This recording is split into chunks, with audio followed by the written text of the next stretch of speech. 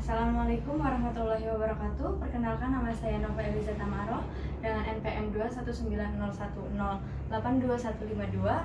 Saya akan mempresentasikan bab PPNBM.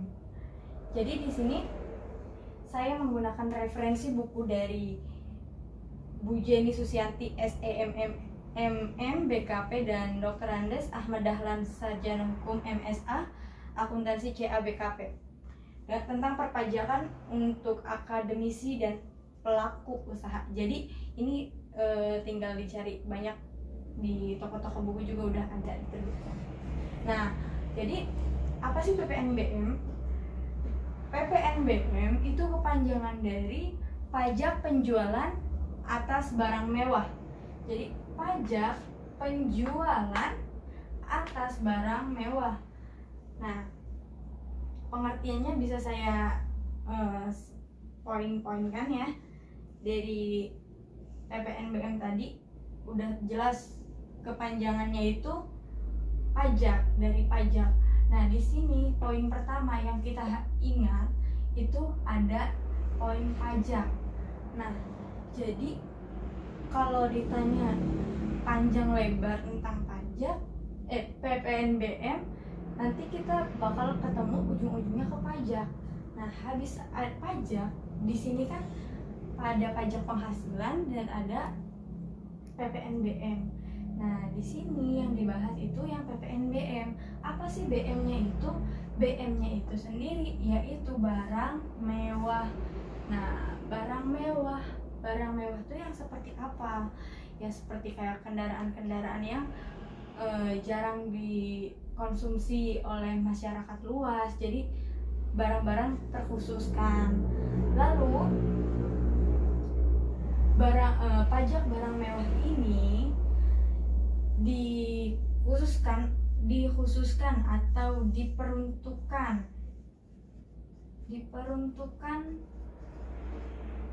oleh produsen, dan dari situ diperuntukkan untuk produsen yang memproduksi barang tersebut. Jadi dari barang mewah yang sudah diproduksi itu, si produsen harus membayar pajak barang mewah. Untuk kemana produsen ini? Yaitu untuk mengimpor, untuk diimporkan sebagai usahanya dia gitu. Jadi barang mewah yang dihasilkan oleh produsen untuk diimporkan sebagai usaha. Jadi ada poin 5 menurut saya, peringkasan saya. PPNBM itu pajak, barang mewah, produsen, impor, dan usaha. Tuh pengertian dari pajak. Jadi tidak usah banyak panjang lebar, cuman fokuskan ke 5 pengertian tadi, poin tadi. Lalu PPNBM itu dilakukan oleh siapa saja? Harus ke konsumen seterusnya atau tidak? Jadi PPNBM itu hanya 1 kali dilakukan atau dibayarkan. Nah, ketika ada barang tersebut ada di produsen dan ada di importir, cuma di dua itu. Contohnya ketika mobil Lamborghini adalah suatu barang mewah ya, yang diproduksi dari luar. Produsennya ini membayar pajak barang mewah. Nah, si produsen sudah bayar, lalu lanjut pajak tersebut ke importir. Nah, setelah importir ini, si konsumen selanjutnya tidak usah membayar. Tuh. Nah, oke, lanjut.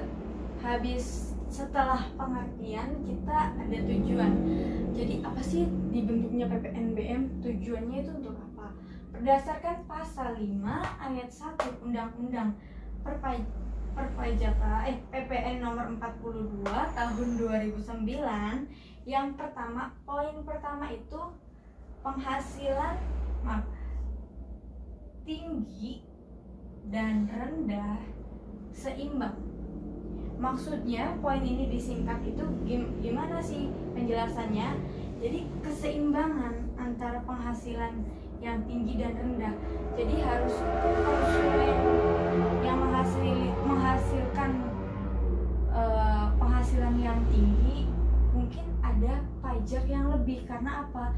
Di situ gimana ya, kata adil itu bukan sepenuhnya kita bagi rata, tapi sesuaikan dengan komposisi atau kecukupan dari kemampuan dari konsumen tersebut. Jadi perlu adanya keseimbangan, sehingga dibuatlah PPNBM. Poin yang kedua yaitu adanya pengendalian pola konsumsi. Jadi dengan adanya PPNBM kita itu bisa mengendalikan. Kalau nggak ada namanya PPNBM, nggak ada pajak penjualan barang mewah, nanti pola konsumsi nggak bakal kita kendalikan gitu. Dalam PPNBM, ketika ada PPNBM di produsen itu pasti akan menambah biaya. Jadi barang mewah tersebut bakalan harganya itu lebih tinggi lagi dari harga aslinya karena ditambah pajak dan sebagainya kayak gitu, sehingga yang mengkonsumsinya itu terbatas gitu.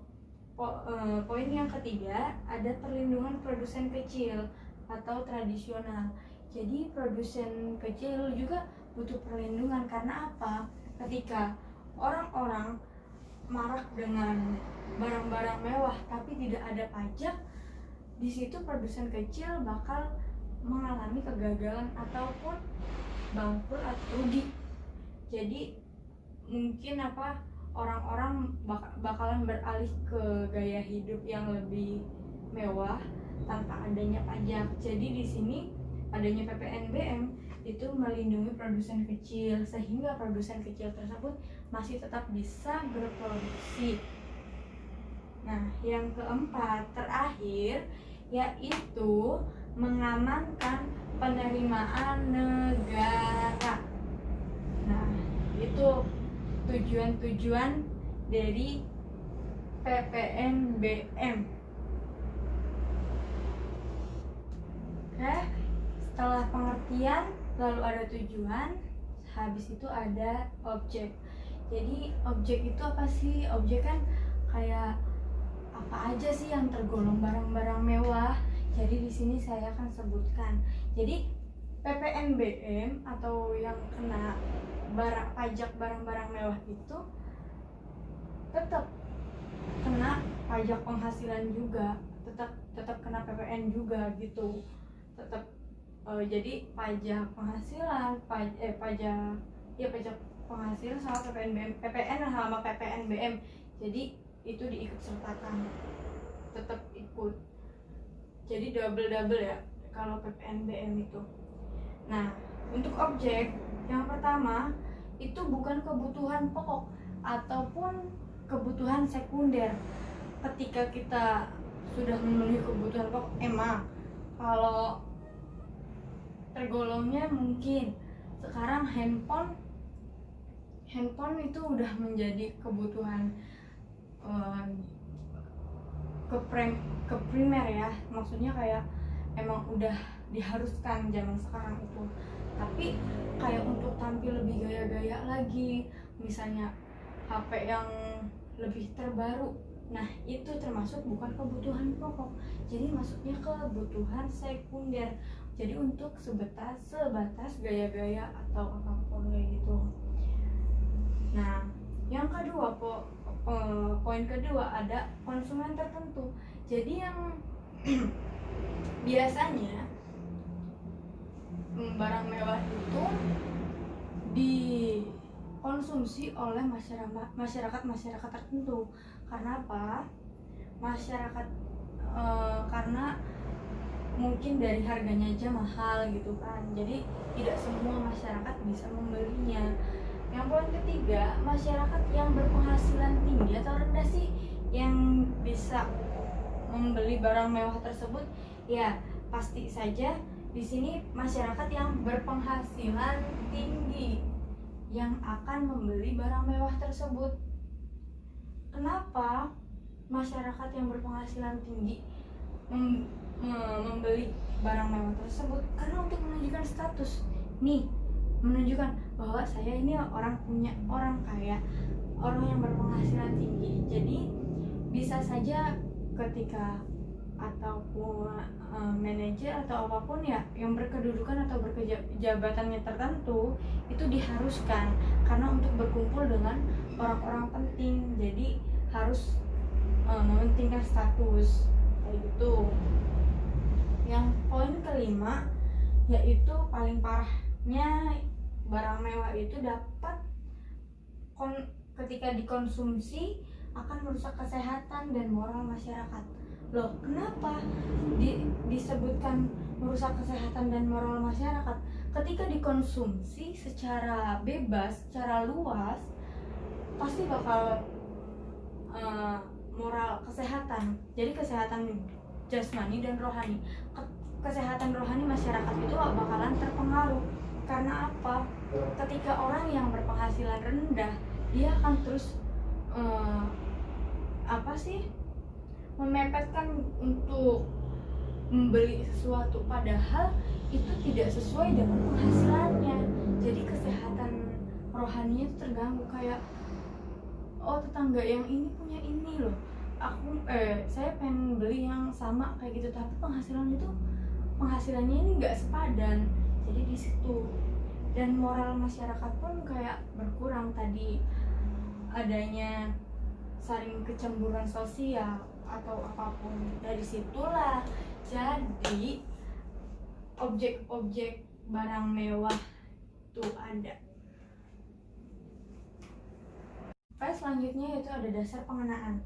Dasar pengenaan dari PPNBM ya ada dibagi dua. Yang pertama dari impor. Nah, yaitu atas impor. Impor itu meliputi nilai impor sesuai dengan nilai impornya. Yang kedua ada di dalam daerah pabean, itu disesuaikan dengan harga jual, PPN atau PPNBM terhutang dan penggantian. Tuh. Ya, selanjutnya itu ada tarif. Nah, secara umum tarif itu dibagi menjadi dua. Ada kendaraan bermotor dan kendaraan non bermotor. Kendaraan bermotor diatur oleh PP 73 tahun 2019, sedangkan kendaraan non bermotor diatur oleh PMK 86 PMK 010 2019. Nah, jadi yang terakhir saya akan menjelaskan tentang mekanisme PPNBM. Nah, mekanisme yang pertama ada yang pertama yaitu sama-sama memakai faktur pajak. Tapi di sini PPNBM itu tidak ada pajak masukan, tidak mengenal namanya pajak masukan, sehingga tidak ada sistem pengkreditan di sini. Jadi perbedaannya dari PPN yaitu adanya di sini sama-sama menggunakan faktur pajak, tapi beda di pajak masukan dan sistem pengkreditan. Tuh. Dan yang di poin kedua, mekanisme dari PPNBM yaitu di pasal 10 ayat 2 UU PPN yang intinya berbunyi tentang PPNBM yang sudah dibayar pada waktu perolehan atau impor tidak dapat dikreditkan. Jadi emang sama sekali tidak dapat dikreditkan untuk barang mewah tersebut. Mungkin cukup sekian penjelasan PPNBM dari saya. Kalau kurangnya atau kurang jelas atau pengen lebih lengkapnya, silakan baca di buku yang ini atau silakan beli. Lalu mohon maaf kalau ada salah kata atau penjelasan yang memang tidak sesuai. Wabillahi taufiq wal hidayah. Wassalamualaikum warahmatullahi wabarakatuh.